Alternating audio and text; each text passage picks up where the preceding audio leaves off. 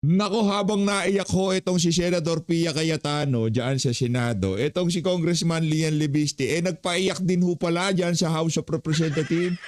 Pinaiyak ho niya itong si Congressman Kimbo, yung asawa nitong si Stella Kimbo, yung appropriation vice chairperson nitong si Saldico, nung naganap yung napakalaking nakawan sa Kaban ng Sambayanan noong 19th Congress. Isang like at isang subscribe.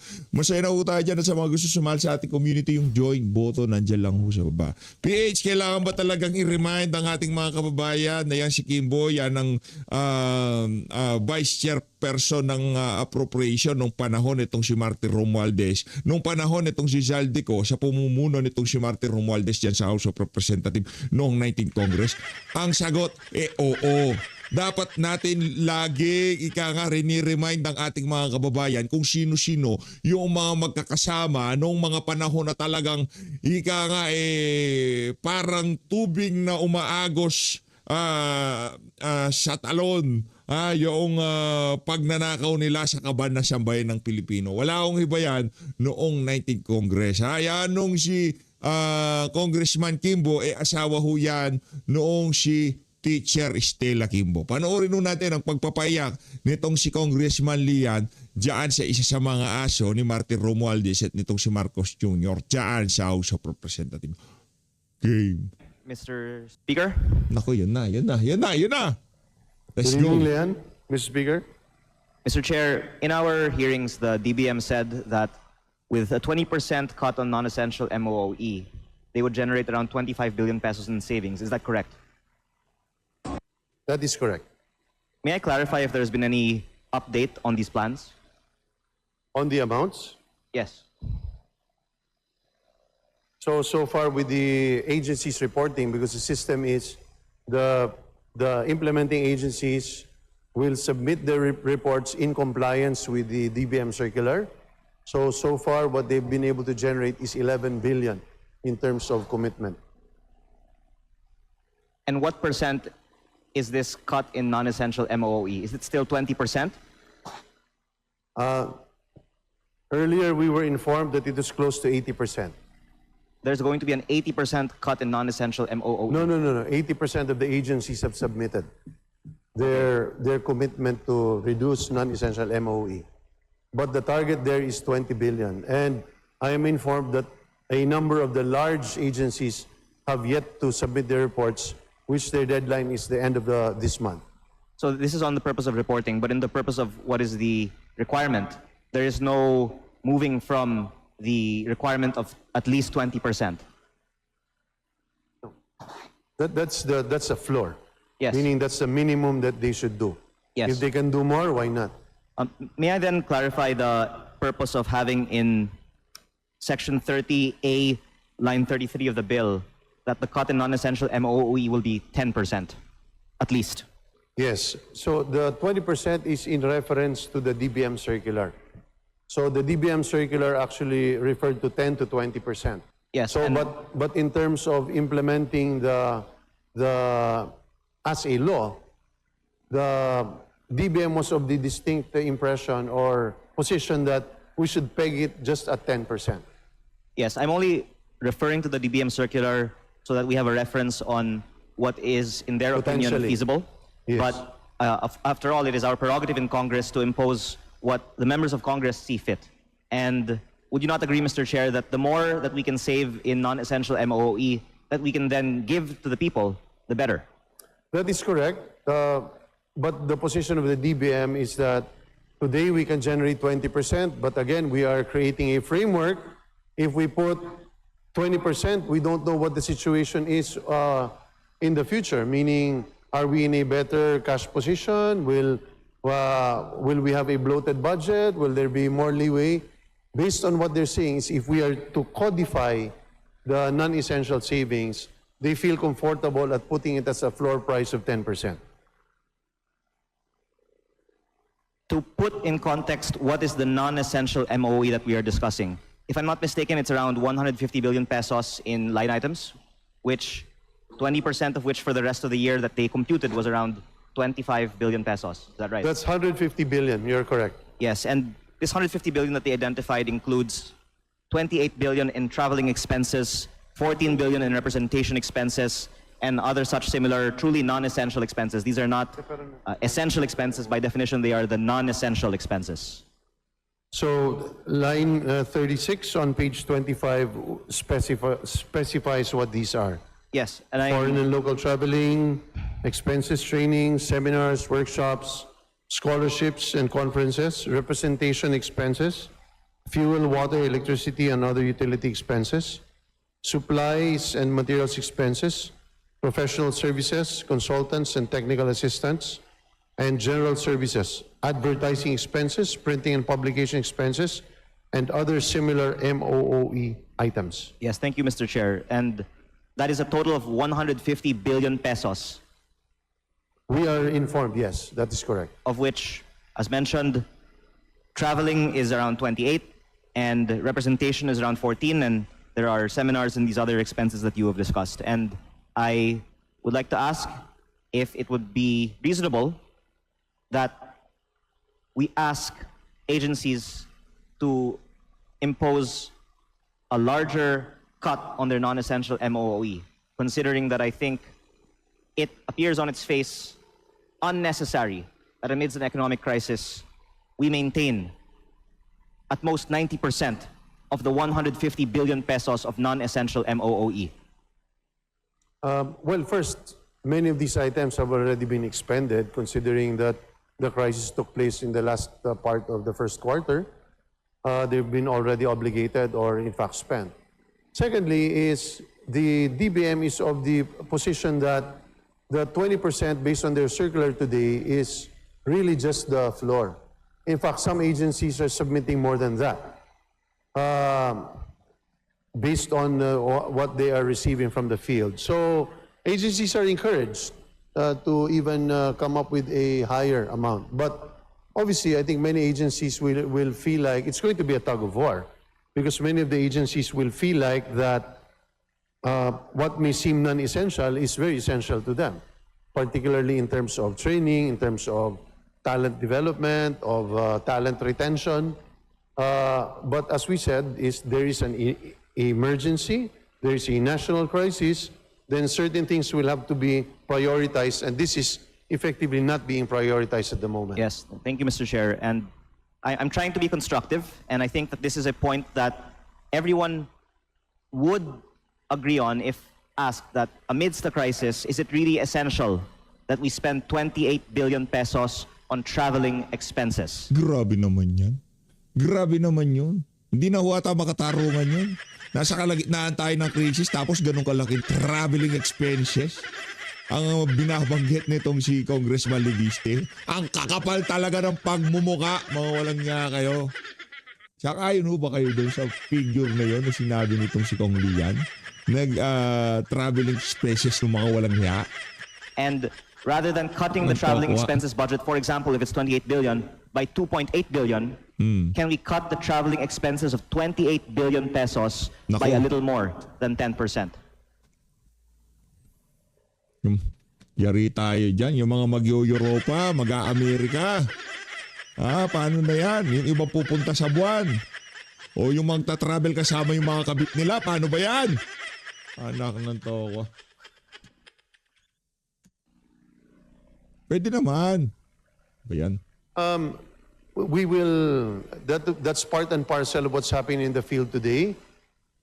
I just need to stress also that traveling expenses based on what I discovered, because I was of the impression that it referred to traveling abroad.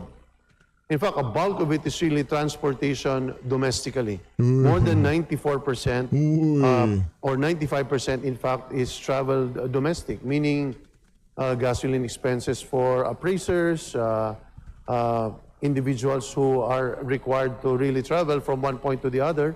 So yun po pinanggagalingan. Pero patuloy po natin silang kukulitin dyan kung ano pa po pwede nilang magawa. But again, like I said, it's also going to be dictated on the demand side, how much is actually needed for us to effectively address the energy crisis. Then the executive will have to keep shaking the tree so that more fruits will fall. And again, it becomes a political activity on the part of the executive. Yes. In our previous committee hearing with you, Mr. Chair, I gave the example and you concurred that we should in fact impose cuts on the seminars that the DILG has barangay officials attend, which I learned from the officials from my district. They spend maybe 40,000 pesos per barangay captain to attend a seminar. And I think if we put it in context of these concrete examples, we can see that these are not really essential. And by the very definition of this bill, these are the non-essential expenses. We don't need 40,000 pesos per barangay captain to attend seminars amidst this economic crisis.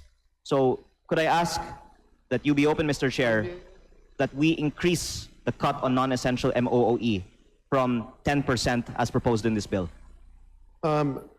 Just to address the point of our colleague, Mr. Speaker, is that in fact the DILG has already imposed a restriction on many of these seminars of our local government officials. Many of these gatherings have already been canceled, national conventions for that matter, or even regional conventions.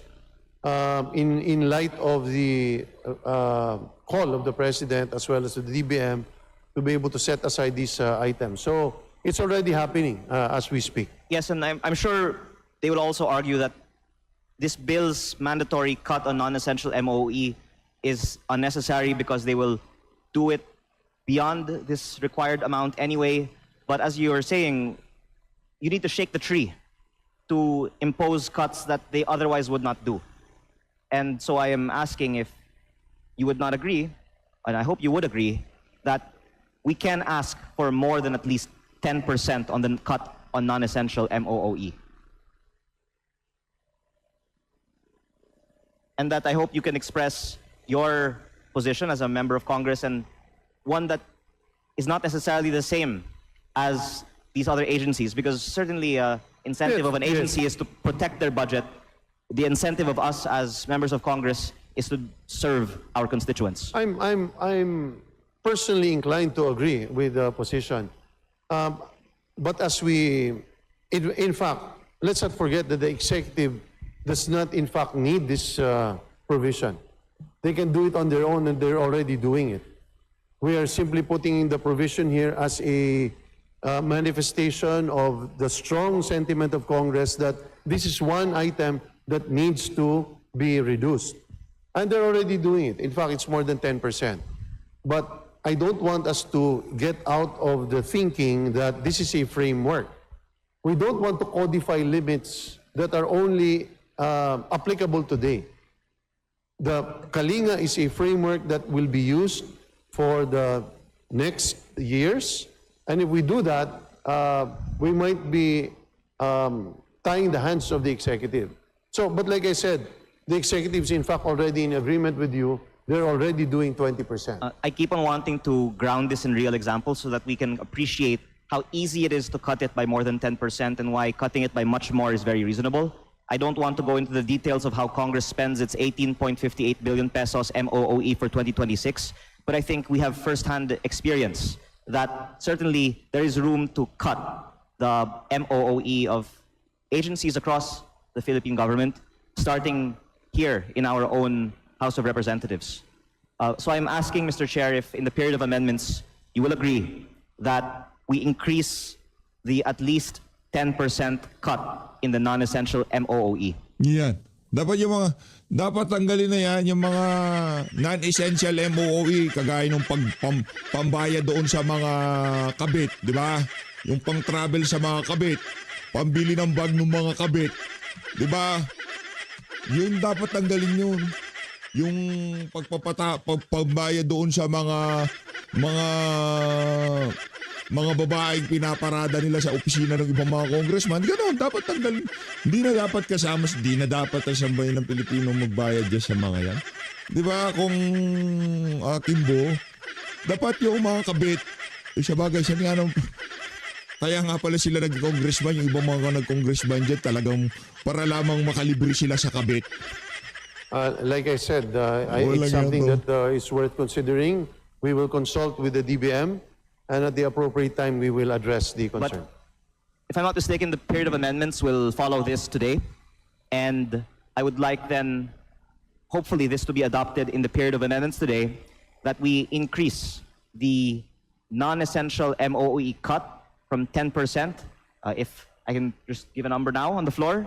I think, given we've grounded this 150 billion pesos of non-essential MOE onto things that are really non-essential, as identified by the DBM, then even 50% of a cut on non-essential MOOE is reasonable.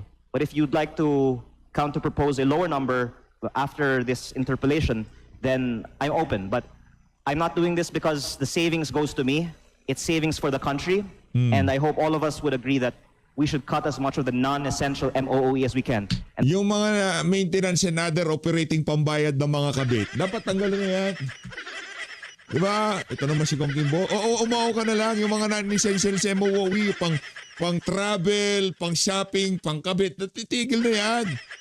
Kanya kayo sa House. I hope we can discuss Kapal what the na mukha precise nyo. number should be after this interpellation. Doesn't need to be now on the floor. Like I said, we will consider that at the appropriate time. Ayaw talaga. Ayaw talaga. Dapat talaga yung pambayad dun sa mga kabit nila, sa bayan ng Pilipino pa mambabayad talaga. Okay. Tapakan natin. Okay. Thank you, Mr. Chair. I would like to ask again about the suspension on the VAT and excise tax, but maybe I can also discuss this matter Hindi na maganda yung mukha ni Kimbo dito. Ayun na naman, bat-bat na naman. Mayayari na naman ako dito sa mga ano ko. Hindi ko pwedeng i-dribble tong bata na to. Maalam to. Magaling to. Magmumukha na naman ako si Raul sa social media nito, sabi siguro ni Kimbo. with Chairman Kimbo outside of this interpellation, because I'm hopeful that at least on the increase in the cut on the non-essential MOOE, he can agree today to increase it by some amount more than 10%. I'm absolutely open to it. We will confer with the DBM on what is going to be realistic, considering that a huge sum of that MOE has already been spent by the executive. Yes, but the percentages for the remaining expenditure for the year. Pang executive. Oh, may kabit din. Sila dyan nagkakabitan. Pang executive pala.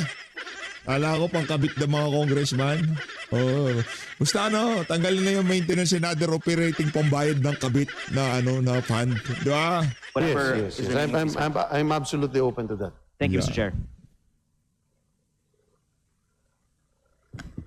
Tapos, Majority Leader. ayun. Yeah, Congressman Marcoleta ho tayo. Mr. Speaker, with deep privilege to be interpellated by my friend and the better Marcoleta, if I may. Anong better Marcoleta? Loko-loko ka. Parang binabanata mo yung matandang Marcoleta. Doon pa rin kami, kay Grumpy Marcoleta. Say so. It is with great honor to stand along with the dashing and debonair Deputy Speaker, my idol since the 14th Congress. Does that Nagbulahan yung dalawang congressman. Paige, ano ba? Binabanata mo ba si Sen Marcoleta? Hindi. Binabanata niyo.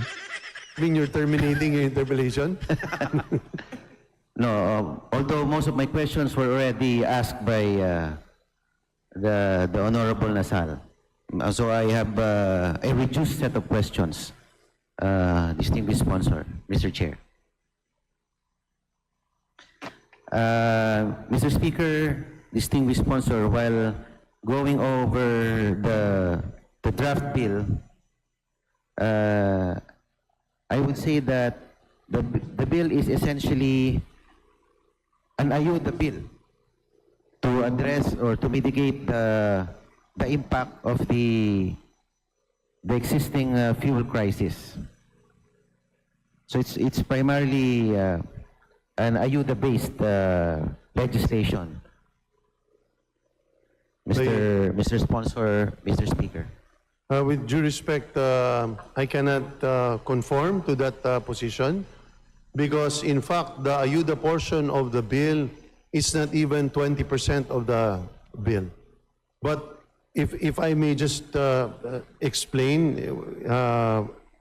with the indulgence of my colleagues, that what we're really trying to establish here is a framework to be provided to the executive in times of energy emergencies in the future. So hindi lang po para sa taon na ito, kundi sa mga hinaharap pa. That's why nilalagay po natin, hindi nga tayo naglagay po existing frameworks lang tayo ng assistance. Yun ang una. Kasi ang the first thing that needs to be done is obviously to stop the bleeding. What we want to do is in any crisis, particularly oil, we know for a fact that the oil crisis, there is only one basic sector that is really hit, and that is transportation. So, but if we are unable to address transportation immediately, that disease spreads to other parts of the economy, going to food because of logistics. And when food inflation increases, or that is the biggest component of economic inflation. So, what this does is actually not set aside funds. What it does is actually make the first aid or the emergency room activity more structured, less politicized, because we are requiring them to come up with a interoperable database on different sectors: fisherfolk, farmers, jeepney, TODA, TNVS, that are reliable and that are accurate and truthful, which will also show the economic status of each one. So each time there is an energy crisis that takes place again, government's reaction is very automatic. But the other aspects, Mr. Chair, I'd like to point out, really refers to granting the administrator or the executive the power to use its savings to be able to address Naku, yan na yung sinasabi ko. Gagamitin na yung savings, yari tayo dyan. Wala na ba silang makukuha sa PhilHealth? Ay, bawal pala sa PhilHealth. Ginto, ay, di na pala pwede magbenta. Nabisto sila. O savings sa titirahin. Lang yan talaga. emergency Administrasyon measures, puro pera. but at the same time to give them also power to suspend taxes. We placed here the power to suspend taxes not only on excise, but also on value-added tax, so that the executive will have more leeway to see how to dampen the effect on our ordinary individuals or ordinary folks. So yun po, hindi lang po siya ayuda. Thank you very much for that reply, distinguished sponsor. What I mean by raising that question is that by giving ayuda, hindi ko naman po sinasabi ng ayuda hindi importante. Yan. Ngunit ito po ay temporary relief lang para sa ating mga nasasakupan. Yeah. Ang gusto ko po sanang sagot ng ating distinguished sponsor Oh. ay kung paano natin malulutas ang supply disruption ng ating langis, dahil ito po ang pinagmumulan ng problema natin. Nung nagkaroon po ng digmaan sa gitnang silangan, essentially yung supply natin, yung supply chain ng langis ay nagkaroon ng problema. So, tinitignan ko po yung bill. Medyo ako po yung nakukulangan sa provision, sa paghahanap ng solusyon para matugunan yung problema ng paghahanap ng supply ng langis. Ang inaasahan ko sanang sagot, Mr. Speaker, sana nakapaloob din sa bill yung paghahanap ng mga alternative new sources of supply. Halimbawa, dito sa Southeast Asia, exporter naman ng Malaysia, ang Brunei, bakit di natin explore yung posibilidad na magkaroon ng mga panibagong trade agreements sa mga bansang ito, imbes na tayo ay umaasa lamang sa gitnang silangan para sa ating oil supply. Yun lamang po ang aking katanungan. Tama po kayo. Very valid po ang point ni Mr. Speaker, ni Congressman Marcoleta. Kung titingnan po ninyo sa buong provisions po natin, paulit-ulit po tayo doon na tinutulak o minamandato ang gobyerno na mag-develop ng indigenous.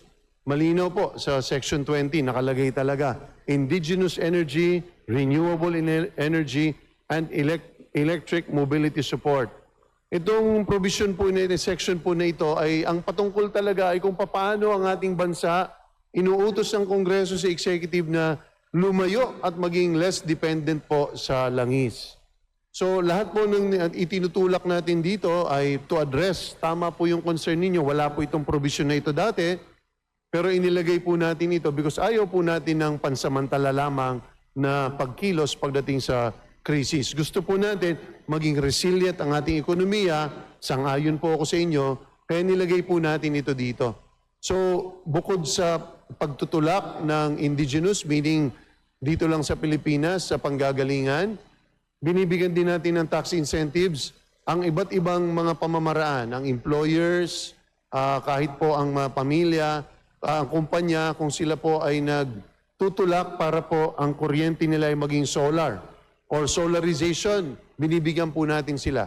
Kung ikaw po ay employer na nagpapautang ng car plan, bibigyan at papahintulutan po namin kayo na gamitin ito bilang deduction sa gross income para i-encourage po sila na wag na pong maging dependent sa krudo.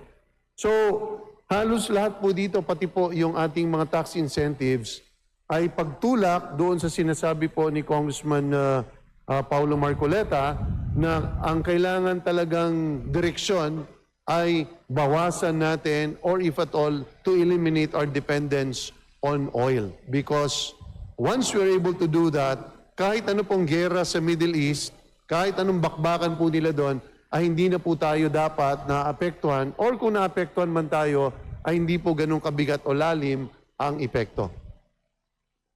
Opo, pero hindi pa po natin masasabi na sa ngayon ay pwede na tayong makahulagpos sa ating dependence sa petroleum products. Ano po ba ang percentage ng in terms of fossil-based petroleum consumption ng vehicles as opposed to EV? Ano po bang ratio sa ngayon?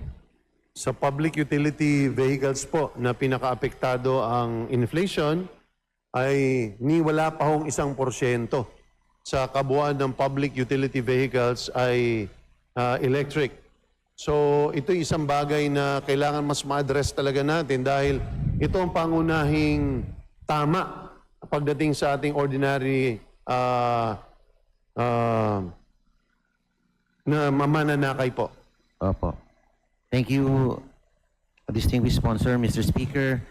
Napansin ko po na ang ating panukalang batas ay nakatuon sa mga problemang transport sector related. Halimbawa, allowance, transportation allowance, ganyan,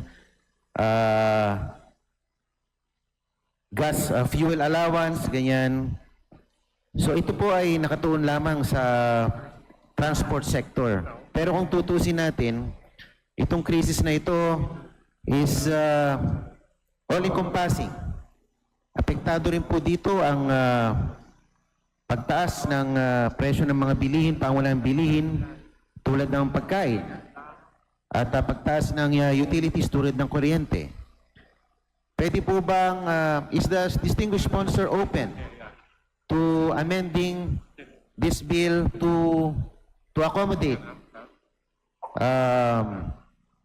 other provisions, halimbawa, other relief like extension of loan payments sa mga bahay,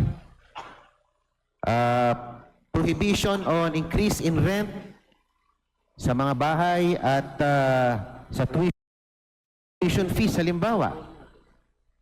Tuition fees, dahil apektado lahat ang middle class dito. Hindi lang, I would like to believe na hindi lang ito transport-related crisis, kundi it's an all-encompassing crisis that we need to address. Na apektado lahat. Hindi lang po ang ating modality sa pagtransport, kundi yung pagkain natin, utilities natin, yung rent na binabayaran ng karaniwang manggagawa, yung tuition na ibinabayad pang matrikula ng mga magulang. Wala po ba tayong provision para sa mga yon at open po ba kayo na magkaroon ng provision para sa iyon? Dahil sa Bayanihan Bill, I believe they covered almost entirely yung pong mga hinanaing ng ating taong bayan nung panahon ng COVID-19. Mr. Speaker, yung lahat ng sinabi ng ating kasama ay halos lahat nasa Section 15. Page 15, ito ang temporary moratorium on loan, rental, and utilities payments. where the consumer, regardless in fact of the situation of the consumer, is given a 30-day moratorium in terms of payments of principal as well as interest payments. Aside from that, the rental payments are likewise included as part of a grace period over a 30-day period. Electric bills, pag-atas sa ating mga electric utilities, water utilities, telecom, ay meron ding 30-day grace period na ibinibigay. Dahil kinikilala po natin na ang epekto po ng krisis na ito ay hindi lamang po sa transportation, kundi sa iba't iba pang sektor o bahagi ng ating lipunan. Gusto ko rin pong idagdag na maliban sa transportation sector ay malaki po sa ating mga programa ang ating ilalagay po rito ay pagdating po sa pagkain. Ito po ang Section 12 on fuel and fertilizer support na kung saan hindi po natin napagpasyahan po natin na imbis binibigyan natin ng ayuda o pera ang ating mga magsasaka at hindi tayo natitiyak na ito ba'y dinadala sa pagsasaka, ay gagawin talaga nating in the form of vouchers as well as para dating sa fuel discounts para sa kanilang mga traktora, para pagdating po sa logistics at pagdala ng kanilang mga ani para madala sa palengke, including hauling. Meron din po tayo for food producers, hindi lang po ng palay, ng mais, kundi ng aquaculture, isda, pati po livestock, manok, at saka, or poultry, at saka baboy. So kinakover po natin sila lahat na po dito dahil alam po natin na kailangan po silang mabigyan ng atensyon tulad po ng sinasabi ng ating distinguished colleague. Thank you, distinguished sponsor, Mr. Speaker. Pero sa binanggit niyo po na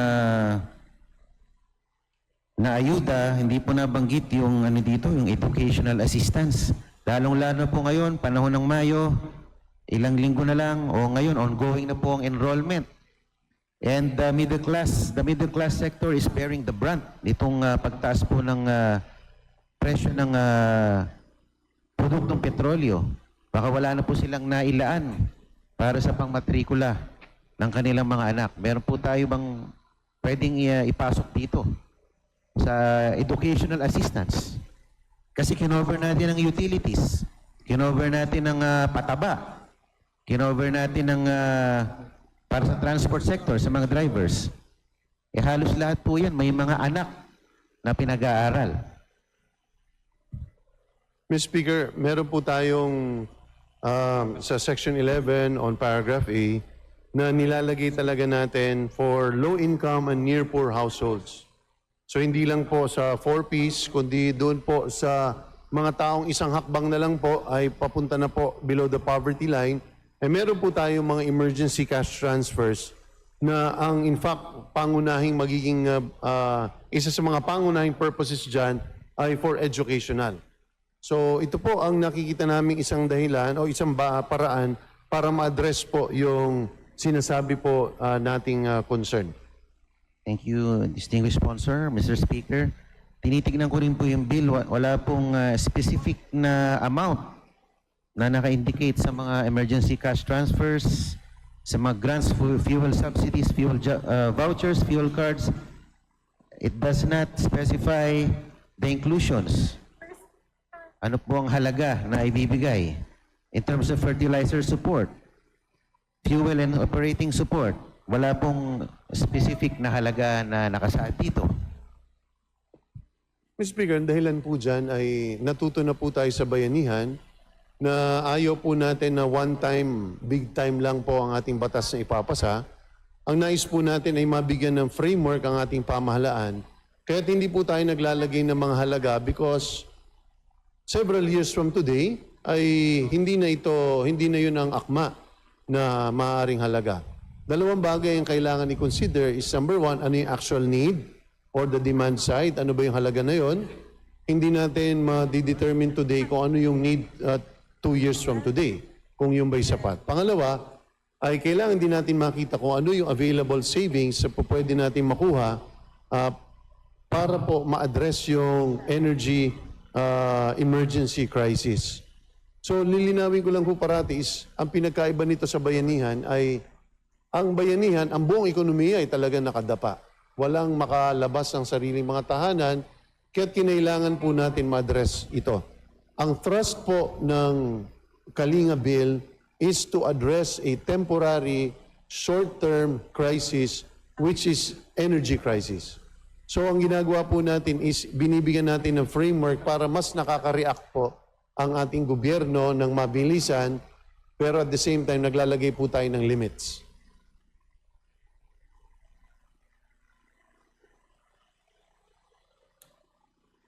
Pwede naman po natin, distinguished sponsor, Mr. Speaker, na hindi naman natin sasabihin na one-time lang tong assistance. Pwede natin sabihin regular emergency cash transfers to qualified low-income and near-poor households in the amount of blank, etc., etc. Ibig sabihin, pwede naman periodic tong assistance natin eh. Hindi naman common nilagay natin yung amount. Hindi naman sinasabi na ito ay one-shot deal lang o one-time, big-time lang, kumbaga, na ayuda. Yan. Gusto ko yan, yung one time, big time. Maraming ganyan sa House of Representatives. O, kumusta na yung mga bumoto ng yes? Nakawan nyo na ba yung tag 20 million? Di umano. Para dun sa mga bumoto ng yes dyan sa impeachment ni VP. Oh, one time, big time na naman kayo. Marami na naman kayong pambibigay sa mga kabit nyo, mga walang niya kayo. Paldo na naman yung mga congressman. Di umano tag 20 million. Di umano. Base sa mga nababasa-basa natin sa social media. Di ko alam, proyekto yan, ayuda yan, basta 20 million daw. Kung alimbawa, ayuda yan, 20 million nakalaan sa isang distrito ng isang may kabit na congressman. Di ba? Paldong-paldo. Ang dami niyang ipamimigay. Makakapag-grandstanding siya sa distrito niya. Imagine mo, 20 million ayuda. Diba? For later release. Pero balita ko, marami umiiyak. Marami daw umiiyak. Sa ating mga constituents. One more thing, distinguished sponsor, Mr. Speaker. On the earmarking funds for subsidies and direct cash assistance. Section 27 of the bill imposes an additional 5% excise tax on non-essential goods and services, with the tax going towards fuel subsidies and direct cash assistance. Can the distinguished sponsor commit to an amendment that ensures that the collection by the Bureau of Internal Revenue is automatically remitted to the fund for the implementation of the Kalinga program? Well, even more than that, Mr. Speaker, not only are we agreeing to an amendment, but in fact, the most recent version that we have distributed has already entirely scrapped that provision. So Section 27 is no longer in existence. It has, because after due consideration, we have seen that it is very difficult to implement. So tinanggal na po namin yon. Okay, thank you, distinguished sponsor. Mr. Speaker. Hindi pa ba tapos itong mga bulahan na to sa House of Representatives? Dapat pagka naging presidente na si VP Sara, abolish na ang House of Representatives na yun. Ito pag-usapan natin sa comment section. Sangayon ba kayo pagka naging presidente na si VP Sara, abolish na muna to yung wala matagal na tayong binibigyan nitong kasalukuyang kasalukuyang sistema natin na to. Kahit paano pa natin pagpapalit-palitin pagka meron na upong adik sa Malacanang, wala. Kawawa siyang bayan ng Pilipino. Kaya ako, solusyon ko dyan talaga, kumbaga, buwagin na yung mga dapat buwagin. Palitan na yung mga dapat palitan. Since the bill is almost entirely about distribution of assistance, can the distinguished sponsor assure na ito pong implementation o yung pamamahagi po ng ayuda will not be politicized or weaponized to favor political allies. Kasi nakalagay po sa ating provision, the LGUs can be tapped to implement the distribution of the incentives or itong mga stipends. What safeguards are in place that will make sure that the Kalinga program will not be politicized or weaponized to favor only political allies and to marginalize perceived political adversaries? That's a very valid point, Mr. Speaker. In fact, we have placed in Section 8 as a mandate to the executive that it comes up with finally a verified database system that is interoperable, that has common beneficiary registries, and at the same time instructing the executive to develop a system of distribution that will not entail beneficiaries having to be gathered where they have to listen to politicians, so that the executive will now use the existing flow or existing electronic transfer systems. So I agree with you, Mr. Speaker, that we need to ensure that this will not be politicized, and these are the basic items that we have placed, if only to avoid it from being politicized. Thank you, distinguished sponsor. Dahil gusto ko rin kasing sabihin na kami, ang aking constituents ay umiinda pagka iniipit ang release ng mga pondo. Katulad po ngayon, yung AIX ko, pati yung tupad ay were put on hold. At pagka ginagawa po kasi yun, yung pag-ipit o pag-hold ng pondo, hindi po yung representante o yung partido ang nasasaktan, yung pong mga constituents. Kaya sana po hindi po maulit ito. Habang ito ating binabalangkas, maging universal yung aplikasyon nito at wala pong sisinuhin kung ikaw kaaliado ba o kalaban sa politika. Dapat po, basta't nangangailangan yung bayan na yun, ay kailangan matugunan po ng kaukulang ayuda. Sang-ayon po ako dyan. In fact, na-raise na po yan ng Mr. Speaker ni Congressman Marcoleta noong nakaraan. Sabi nga po natin is part and parcel of this very specific section is really mandating the executive to come up with a database system that is not subject to political intervention. At kung ano man ang distribution system na gagawin, ay dapat electronic para automatic kapag nagko-qualify ka dyan sa interoperable, verified database system, wala na pong nakikialam. Diretso na po yan. Kung yan man po ay galing sa DA, yan man po ay galing sa Bureau of Fisheries, galing sa DSWD, diretso na po ito sa beneficiaries, hindi na po dumadaan sa politiko. Opo, hindi na po kailangan tawagan si Secretary Rex Opo. or si Speaker Opo. para i-release ang mga pondo. Opo. Bakit ngayong mga panahon na to kailangan pang kausapin si Rex? Ngayon pagka hindi ka trip ni Rex, kalaban ka, wala na, naloko na, di ba? Dahil hindi rin po siya magiging epektibo, sa totoo lang po, kung mamimili tayo. Dahil ang gusto natin pigilan dito is inflation. Ayaw natin tumaas ang presyo ng bilihin. Kapag mamimili ka at merong maghihirap na tao, lalo kung nasa transportation sector yan, maapektuhan din tayong lahat. So that's why we really have to make the response non-political as much as we can. Thank you for that reply, Mr. Speaker, distinguished sponsor. Ay na nga mga kababayan, kahit tayo pa tayo tapusin itong si Kong Marcoleta, tayo natatapos dyan sa kalokohan na yan. Dito na natin tatapusin ang ating reaction video kung ninyo sa mga ginagawa nilang kabalbalan sa House of Representatives. Always, mag-ingat po kayo lahat. Maraming salamat sa pagsuporta. Mahal natin ng Pilipinas. Maraming salamat mga kababayan.